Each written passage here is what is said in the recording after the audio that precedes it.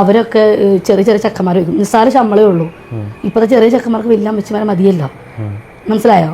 എനിക്ക് എന്റെ കാര്യത്തിൽ എനിക്ക് താല്പര്യമില്ല. എനിക്കും അങ്ങനെയാണ്. എനിക്ക് ആണുങ്ങളോട് താല്പര്യം. എനിക്ക് ഏറ്റവും കൂടുതൽ 33 വയസ്സിന് മേലോട്ടുള്ള ആൾക്കാരോടാണ് എനിക്കും താല്പര്യം. അപ്പോൾ താങ്കൾ തന്നെ പറഞ്ഞു ഇപ്പോൾ അമ്മച്ചിമാർക്ക് അല്ല ചെറുപ്പക്കാർക്ക് അമ്മച്ചിമാരെയാണ്. എൻ്റെ ടേസ്റ്റ് പറയുന്നത് ഓരോരുത്തർക്ക് ഓരോ ടേസ്റ്റ് ആണല്ലോ. അപ്പോൾ എങ്ങനെയാണ് ചെറുപ്പക്കാർക്ക് അമ്മച്ചിമാരെ ഇഷ്ടം എന്ന് പറയാനുള്ള റീസൺ? അമ്മച്ചിമാരെന്ന് അവർക്ക് പ്രായം കൂടുതലായിരിക്കും. അവർക്ക് കുറച്ച് ശരീരങ്ങൾ, അവർക്ക് ഒരുപാട് എന്താ പറയുക അറിവുകൾ ഉണ്ടാവും. ഓക്കെ. ചെറിയ ചെക്കന്മാർക്ക് എന്ന് പറഞ്ഞാൽ എന്താണ് ഇവരുടെ അറിവ് എന്ന് അറിയാൻ വേണ്ടി അവന്മാർ എന്തായാലും പോകും. മനസ്സിലായി? ഇപ്പം ഞാൻ ഈ ഫീൽഡിൽ നിന്ന് എനിക്ക് ഇഷ്ടമുള്ള ആളുകൾ വരുന്നുണ്ട്. 20 വയസ്സും 18 വയസ്സും 10. അവർക്ക് അത് എന്താണെന്ന് അറിയാൻ വേണ്ടിയിട്ടാണ് അവരൊക്കെ നമ്മളിൽ നിന്ന് എന്ത് സുഖം കിട്ടാൻ. നമ്മൾ മലയാളികൾ ഇത്ര അധപതിച്ചു പോയോ ഇതേപോലുള്ള ചാനലുകൾ? ഈ ഇന്റർവ്യൂവിൽ വന്നിരിക്കുന്ന വ്യക്തി ആരാണെന്ന് നിങ്ങൾക്ക് എല്ലാവർക്കും ചിലപ്പോൾ ഒരുപക്ഷെ മനസ്സിലായി കാണുമായിരിക്കും. എങ്കിലും ഞാൻ ഇദ്ദേഹത്തിനെ പരിചയപ്പെടുത്താം. ബിജി എന്നാണ് പേര്. ഇദ്ദേഹം ദുബായിലോ എവിടെയോ ആണ്. ഇദ്ദേഹത്തിന്റെ ജോലി എന്ന് പറയുന്നത് മുൻപേ കണ്ട വീഡിയോയ്ക്കകത്ത് ആള് പറയുന്നുണ്ട് എന്ത് ജോലിയാണെന്ന്. അതുപോലെ നമുക്ക് അടുത്തൊരു വീഡിയോ കാണാം. വീഡിയോ കണ്ടിട്ട് നമുക്ക് കാര്യങ്ങളിലേക്ക് കടക്കാം. ഹലോ, 055 99 29 503 എൻ്റെ നമ്പറാണ്. എനിക്ക് മെസ്സേജ് അയക്കുക എല്ലാവരും. പിന്നെ ഇത് ഫോളോ ചെയ്യാത്തവർ ഫോളോ ചെയ്യുക. ഇതെൻ്റെ OG അക്കൗണ്ടാണ്. എനിക്ക് 3 അക്കൗണ്ട് ഉണ്ട്. 2 അക്കൗണ്ട് ബാനായി. ഇത് 3ാമത്തെ അക്കൗണ്ടാണ്. ഫോളോ ചെയ്യുക. ഞാനിങ്ങനെ നടക്കുക, വഴി കൂടെ ഇങ്ങനെ നടക്കുക വണ്ടിയിൽ. ഏതെങ്കിലും കസ്റ്റമറെ കിട്ടുമെന്ന് അറിയാൻ വേണ്ടി. വേറെ നിവൃത്തിയില്ല ഏട്ടാ. എൻ്റെ 3 കർമ്മന്മാരെ കിട്ടി. കുഴപ്പമില്ല. 2 കർമ്മനെ എടുത്തു, കഴിഞ്ഞു കലാശ്. കുഴപ്പമില്ല, നല്ല പണിയായിരുന്നു. ഒരാളിപ്പോൾ വരാമെന്ന് പറഞ്ഞു. അപ്പം അവനെ തപ്പാൻ വേണ്ടി ഇപ്പോൾ നേരിൽ പോയിക്കൊണ്ടിരിക്കാട്ടോ. പ്രാർത്ഥിക്കുക ആ കസ്റ്റമർ എനിക്ക് കിട്ടാൻ വേണ്ടി. അതൊരു കർമ്മനാന്നാ പറഞ്ഞത്. എങ്ങനെയോ ഉണ്ടോ എന്തോ. എന്തായാലും പോയിട്ട് വരട്ടെ. അപ്പോൾ എല്ലാവർക്കും ഏകദേശം മനസ്സിലായി കാണുമല്ലോ ഈ ഒരു വ്യക്തി ആരാണെന്ന്. അപ്പോൾ ഇങ്ങനെയൊക്കെ ഉള്ളവരെ ഈ ഇന്റർവ്യൂവിൽ ഉൾക്കൊള്ളിക്കുന്നത് എന്തുകൊണ്ടാണെന്ന് എനിക്കറിയില്ല. ഞാൻ പറയേണ്ട സുഹൃത്തുക്കളെ, ഇവരെ സപ്പോർട്ട് ചെയ്യുന്ന ഒരുപാട് ആൾക്കാരുണ്ട്. ഇവരെ വീഡിയോസ് കാണുന്നതും ഇവരോട്ട് ചാറ്റ് ചെയ്യുന്നതും അതുപോലെ ഇവരെ ഇഷ്ടപ്പെടുന്ന ഒരുപാട് പുരുഷന്മാരൊക്കെ ഉണ്ടല്ലോ.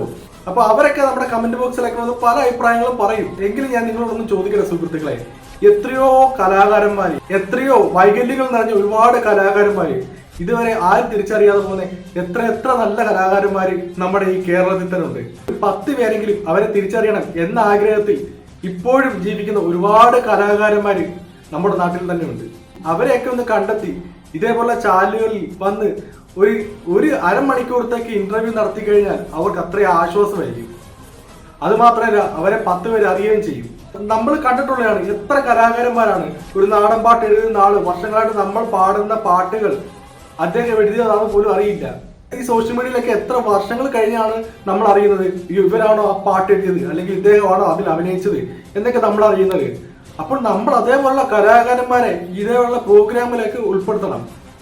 അങ്ങനെ അവരെ 10 പേര് അറിയട്ടെ. ഒത്തിരി വൈകല്യങ്ങൾ നിറഞ്ഞ, കൈകാലിലാവതില്ലാത്ത, അതുപോലെ കൈയില്ലാതെ കൈയുടെ മുട്ടുകൊണ്ട് വരയ്ക്കുന്ന ഒരുപാട് വ്യക്തികൾ, ഒരുപാട് പെൺകുട്ടികൾ, ആൺകുട്ടികൾ, പ്രായമുള്ള ഒരുപാട് ആൾക്കാർ അതുപോലെ നമ്മുടെ സമൂഹത്തിൽ ജീവിക്കുന്നുണ്ട്. അവരെയൊക്കെ ഒന്ന് കണ്ടെത്തി ഇതേപോലെ ജനങ്ങളുടെ മുന്നിൽ എത്തിക്കുവാണെങ്കിൽ വലിയ ഉപകാരമാകും. നിങ്ങൾക്ക് ചാനൽ റേറ്റിംഗ് കിട്ടും, അതേപോലെ കുറച്ച് പുണ്യമെങ്കിലും കിട്ടും. കാരണം അവരുടെ പ്രാർത്ഥന എപ്പോഴും നിങ്ങളുടെ കൂടെ കാണും.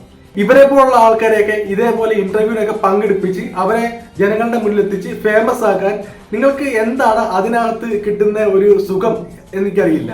ഞാൻ ചോദിക്കട്ടെ, നമ്മുടെ കേരളത്തിൽ വേശ്യാവൃത്തി ചെയ്യുന്ന ഒരുപാട് സ്ത്രീകൾ നമ്മുടെ പെരുമ്പാവൂരും അതുപോലുള്ള സ്ഥലങ്ങളിലൊക്കെ ഉണ്ടെന്ന് നമ്മൾ വാർത്തകളൊക്കെ കണ്ടു. അവരൊക്കെ മാന്യമായ വസ്ത്രം ധരിച്ച് ചുരിദാറോ സാരിയോ ധരിച്ച് അവർ റോഡ് സൈഡിൽ വന്ന് നിൽക്കുന്നു. അവർ പബ്ലിക്കിന്റെ മുന്നിൽ വിവസ്ത്രരാകുകയോ അതോ സോഷ്യൽ മീഡിയയിൽ അവർ വീഡിയോസ് ഇട്ട് ഫേമസ് ആകുകയോ ചെയ്യുന്നില്ല. എങ്കിലും അവരെ സമൂഹത്തിൽ നിന്ന് ആൾക്കാർ തുടച്ചു മാറ്റാൻ നിൽക്കുന്നു. അവരെ വേശ്യകൾ എന്ന് വിളിക്കുന്നു. ഇവരൊക്കെ സോഷ്യൽ മീഡിയയിൽ വന്ന് നഗ്നത പ്രദർശിപ്പിക്കുന്നതിനും അത് പബ്ലിക്കാക്കി മില്യൺ കണക്കിന് ആൾക്കാർ കണ്ടാലും അതൊന്നും വിഷയമില്ല. ഇവരെയൊക്കെ പോൺ സ്റ്റാർസ് എന്ന് പറഞ്ഞിട്ട് അംഗീകരിച്ച് തോളിൽ വെച്ചേക്കുകയാണ്. ഇപ്പോൾ തന്നെ കണ്ടില്ലേ, അവരും ചെയ്യുന്ന തൊഴിൽ ഒന്ന് തന്നെയാണ്. അവരെ വിളിക്കുന്നത് വേശ്യകൾ എന്ന്, ഇവരെ വിളിക്കുന്നത് പോൺ സ്റ്റാർസ് എന്ന്, ഇവരെ വിളിക്കുന്നത് മോഡൽസ് എന്ന്. ഒന്ന് ചിന്തിച്ചു നോക്കിയേ. ഒരേ തൊഴിൽ ചെയ്യുന്ന, ഒരേ റൂട്ടിലൂടെ സഞ്ചരിക്കുന്ന ആൾക്കാരാണ്. തമ്മിൽ ഒരുപാട് വ്യത്യാസമുണ്ട്. ഇവരെന്ന് പറയാൻ തെരുവിൽ ഇറങ്ങി നിൽക്കുന്നു, അവരുടെ കസ്റ്റമേഴ്സിനെ കാണുന്നു, അവരുടെ കസ്റ്റമേഴ്സിന്റെ മുന്നിൽ മാത്രം അവർ വിവസ്ത്രരാകുന്നു. അതേ സമയത്ത് ഇവരെന്ന് പറയുന്നത് ഇവർ സോഷ്യൽ മീഡിയയിൽ ഭയങ്കര ഫേമസ് ആയിരിക്കുന്നു, സോഷ്യൽ മീഡിയയിൽ ആൾക്കാരോട് ചാറ്റ് ചെയ്യുന്നു, രാത്രി കാലങ്ങളിൽ സോഷ്യൽ മീഡിയയിൽ അവരെ നഗ്നത പ്രദർശിപ്പിക്കുന്നു, അതുപോലെ തന്നെ പോൺ മൂവീസിൽ അവർ അഭിനയിക്കുന്നു, ഒരുപാട് പേര് ഉദ്ഘാടനത്തിന് വിളിക്കുന്നു, അതുപോലെ ഇന്റർവ്യൂവിന് വിളിക്കുന്നു. അവരൊക്കെ പോൺ സ്റ്റാർസ് ആയതുകൊണ്ടാണോ? അപ്പൊ രണ്ടുപേരും ചെയ്ത തൊഴിൽ ഒന്ന് തന്നെ. പിന്നെ എന്തിനാണ് അവരെ ഇങ്ങനെ ആട്ടിപ്പായിക്കുന്നതാണ് ഞാൻ ചോദിക്കാൻ ചോദ്യം. ഇവരെ എന്തിന് ഇതുപോലെ ഇന്റർവ്യൂവിനൊക്കെ വിളിച്ചിരുത്തുന്നു? ഇംഗ്ലീഷിൽ ഇവരെ പോൺ സ്റ്റാർസ് എന്ന് പറയുന്നതും മറ്റേത് മലയാളത്തിൽ വേശികൾ എന്ന് പറയുന്നുണ്ടാണോ? എനിക്ക് സംശയമുണ്ട്. അതുകൊണ്ടാണ്. കാരണം ഇത്രയും ആൾക്കാർ ഇതേപോലെ ഈ ചാനലുകാരൊക്കെ ഇന്റർവ്യൂ വിളിച്ച് സപ്പോർട്ട് ചെയ്യുന്നതിന്റെ കാര്യമാണ്. അങ്ങനെയാണ് മറ്റവരെ സപ്പോർട്ട് ചെയ്യേണ്ടി വരത്തില്ലേ?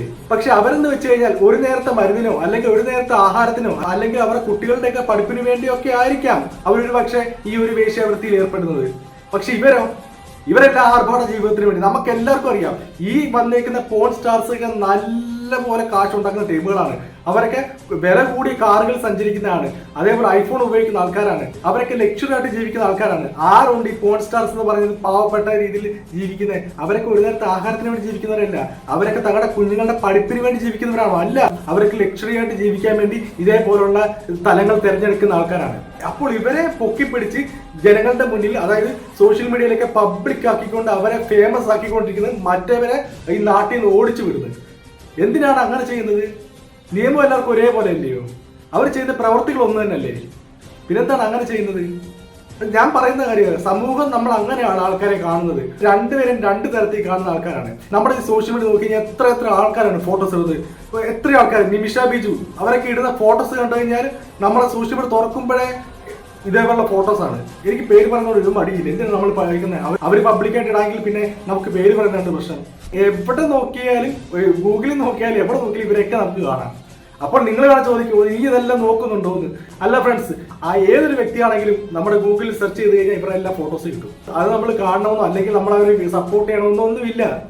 എന്ന് വെച്ചാൽ ഞാനിത് പിള്ളേരൊക്കെ ഉണ്ടെങ്കിൽ ഞാനിത് അങ്ങനെ പ്രോത്സാഹിപ്പിക്കുമല്ലോ. നിങ്ങളൊന്നും പോയി സെർച്ച് ചെയ്ത് നോക്കണ്ട, അതേപോലത്തെ ഫോട്ടോസാണ് ഇതെല്ലാം കിടക്കുന്നത്. അപ്പൊ അവരെയൊക്കെ ആ രീതിയിലൊക്കെ സപ്പോർട്ട് ചെയ്തുകൊണ്ടിരിക്കുന്ന ജനങ്ങള്. അപ്പൊ ഞാൻ ചോദിക്കട്ടെ, ഇതായിട്ട് ഞാൻ സത്യം പറഞ്ഞ ഈ ഇന്റർവ്യൂ കണ്ടതിന്റെ പേരിലാണ് ഒരുപാട് ഇന്റർവ്യൂ, ഇവരെ പോലുള്ള ആൾക്കാരുടെയൊക്കെ ഒരുപാട് ഇന്റർവ്യൂസ് നമ്മൾ കാണുന്നുണ്ട്. എന്ത് കാര്യത്തിന്? ഞാൻ പറഞ്ഞില്ലേ, ഒരുപാട് ആൾക്കാർ, പാവപ്പെട്ട ആൾക്കാർ, നല്ല നല്ല കലാകാരന്മാര്, ഈ കോമഡിയിൽ നിന്ന് തുടങ്ങി നാടൻപാട്ട്, അതേപോലെ തന്നെ എന്തെല്ലാം കലകൾ, എന്തെല്ലാം കലാപരമായിട്ടുള്ള കലകൾ ഉള്ളിലൊതുക്കി ഈ ജനങ്ങളുടെ മുന്നിൽ ആരും തിരിച്ചറിയാതെ പോകുന്ന ഒരുപാട് നല്ലവരായ കലാകാരന്മാരുണ്ട്. അവരെയൊക്കെ ഇതേപോലെ ഇന്റർവ്യൂലൊക്കെ കൊണ്ടുവന്ന് നിങ്ങളെ ഇന്റർവ്യൂ എടുത്ത് 10 പേരെ അറിയുവാണെങ്കിൽ അങ്ങനെ അവരെങ്കിലും ഒന്ന് ഫേമസ് ആയി പോട്ടെ. അവരൊക്കെ അത്താഴപ്പട്ടിക്കാരായിരിക്കും. നമ്മൾ തന്നെ കാണുന്നില്ല എത്ര പേര് കഷ്ടപ്പാടിൽ നിന്ന് ഒരു പാട്ട് പാടിയെങ്കിലും കയറുന്നുണ്ട്. അതുപോലൊക്കെ ചെയ്യും. അങ്ങനെയുള്ള പ്രവർത്തികൾ, പുണ്യപ്രവർത്തികൾ ചെയ്യും. വേശ്യാവൃത്തി ചെയ്യുന്ന അല്ലെങ്കിൽ ഇതുപോലെ പോൺ സ്റ്റാർസ് ആകുന്ന എല്ലാ സ്ത്രീകളുടെയും പിന്നിൽ ഒരു കഥയുണ്ടെന്ന് അവർ തന്നെ പലപ്പോഴും പറയും. എന്നെ ഇതുപോലെ ദുബായ് കൊണ്ടിട്ട് അവർ വിറ്റു, അല്ലെങ്കിൽ എൻ്റെ ബന്ധുക്കാർ എന്നെ പീഡിപ്പിച്ചു, അതിൽ നിന്ന് ഞാൻ ഇങ്ങനെ ഒരു ബിസിനസ്സിലേക്ക് തുടങ്ങി, ഭയങ്കര കഷ്ടപ്പാടായിരുന്നു, കഷ്ടതകളായിരുന്നു. ഇതെല്ലാവരും പറയുന്ന കാര്യങ്ങൾ. ആരാണ് കഷ്ടപ്പെടാത്ത?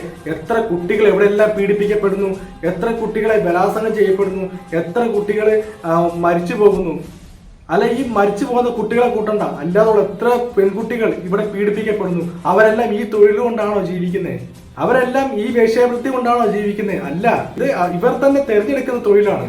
ഇപ്പോൾ ഒരാളെ കൊണ്ട് വിറ്റു, എനിക്ക് വേറെ നിവൃത്തിയിലായിരുന്നു, ഞാൻ വീണ്ടും ആ വേശ്യാവൃത്തി ചെയ്തു എന്ന് പറഞ്ഞു കഴിഞ്ഞാൽ അത് തെറ്റായിട്ടുള്ള കാര്യമാണ്. സ്വയമേ നമുക്കത് ചെയ്യണ്ടെന്ന് വിചാരിച്ചു കഴിഞ്ഞാൽ ആർക്കാണ് നിർത്താനുള്ള കാര്യമേ ഉള്ളൂ. പിന്നെ അവർ അതിലേക്ക് തന്നെ സഞ്ചരിച്ച് ഫേമസ് ആയി ഇതുപോലെ ഇന്റർവ്യൂലൊക്കെ വന്ന് അതുപോലെ തന്നെ ലൈവൊക്കെ പോയി കഴിയുമ്പോൾ പിന്നെ അവരെ പിടിച്ചാൽ കിട്ടത്തില്ല. ഇതൊക്കെയാണ് ഇവർ ഉദ്ദേശം. ഇവരൊക്കെ പറയാൻ പോകുന്ന റീസൺസ് ഒക്കെ ഇത് തന്നെയാണ്, അത് വേറെ കാര്യം. അപ്പോൾ ഇതേപോലെ ഇന്റർവ്യൂ കണ്ടതിന്റെ പേരിലാണ് ഞാനിങ്ങനെ ഒരു വീഡിയോ ചെയ്തത്. നിങ്ങൾക്ക് എന്തെങ്കിലും ബുദ്ധിമുട്ടായിട്ട് തോന്നുന്നുണ്ടെങ്കിൽ തീർച്ചയായിട്ടും നിങ്ങൾക്ക് ഞാൻ പറഞ്ഞത് അംഗീകരിക്കാതിരിക്കാം. അത്രേ ഉള്ളൂ എനിക്ക് പറയാൻ. നമ്മുടെ സമൂഹത്തിൽ ഒറ്റപ്പെട്ടു പോകുന്ന ഒരുപാട് ആൾക്കാർ ഇതുപോലുണ്ട്. അവരെയൊക്കെ നമ്മൾ സപ്പോർട്ട് ചെയ്യുക. എല്ലാവർക്കും നിയമം ഒരുപോലാണ്. എല്ലാവരും ഒരേ കണ്ണിൽ കാണുക. ഇപ്പം പോൺ സ്റ്റാർസിനെയും വേശ്യകളെയും മറ്റും രണ്ട് രീതി കാണാതെ അവരെയൊക്കെ ഒരേ രീതി കാണുക. അവരെ സപ്പോർട്ട് ചെയ്യില്ലെങ്കിൽ അവരെ സപ്പോർട്ട് ചെയ്യണ്ട. അവരെ അംഗീകരിക്കുന്നെങ്കിൽ നിങ്ങൾ രണ്ടുപേരും ഒരുപോലെ അംഗീകരിക്കുക. അത്രേ ഞാൻ പറയുന്നുള്ളൂ. ഒരാൾക്ക് മാത്രം നിയമം, ഒരാളെ മാത്രം പൊക്കി വെക്കുക, ഒരാളെ മാത്രം താഴ്ത്തി കെട്ടുക, അത് ശരിയായിട്ടുള്ള. എല്ലാവരും മനുഷ്യർ തന്നെ, എല്ലാവരും മനുഷ്യർ തന്നെ. പാവപ്പെട്ടവനോ പണക്കാരനോ ഒന്നുമില്ല. നിയമത്തിന്റെയും അതേപോലെ നീതിയുടെയും മുന്നിൽ പാവപ്പെട്ടവനോ പണക്കാരോ ഒന്നുമില്ല. എല്ലാവരും ഒരേപോലെ, സ്ത്രീയോ പുരുഷനോ ഒന്നുമില്ല. ഓക്കെ ഫ്രണ്ട്സ്, അപ്പോൾ നിങ്ങൾക്ക് എൻ്റെ വീഡിയോ കണ്ട് എന്തെങ്കിലും ബുദ്ധിമുട്ട് തോന്നുവാണെങ്കിൽ തീർച്ചയായിട്ടും കമന്റ് ചെയ്യുക. ഓക്കെ ഫ്രണ്ട്സ്, നമുക്ക് അടുത്ത വീഡിയോ ഇടാം.